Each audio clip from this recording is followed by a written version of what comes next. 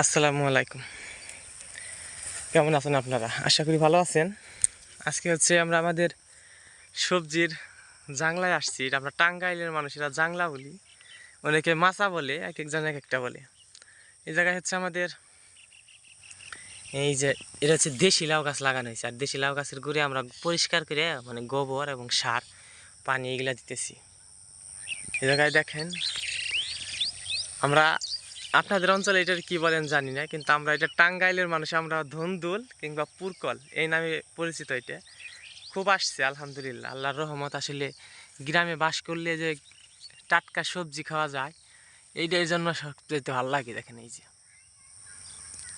প্রত্যেকটা মানে ইয়ের মধ্যে একটা করে ধন্দুল আসছে। আবার এই যে এদিকে হচ্ছে আমাদের লাউগুলো আসছে।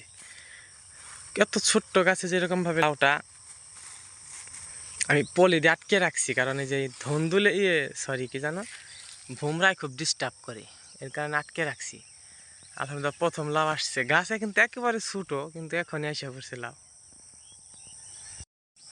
প্রত্যেকটা গাছের গুঁড়ে এরকমভাবে যে গোবরের ভুসি আর হচ্ছে এই যে আপনার ডিআইপি যে কালো সার, এটা দিয়ে রাখছি, যাতে গাছের গুঁড়াটা একটু পানি দিলে ভিজা থাকে এবং পাশাপাশি গাছের ঝিঙে ঘাটতে না পারে।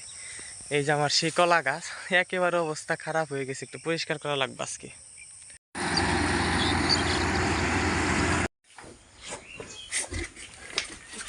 এই যে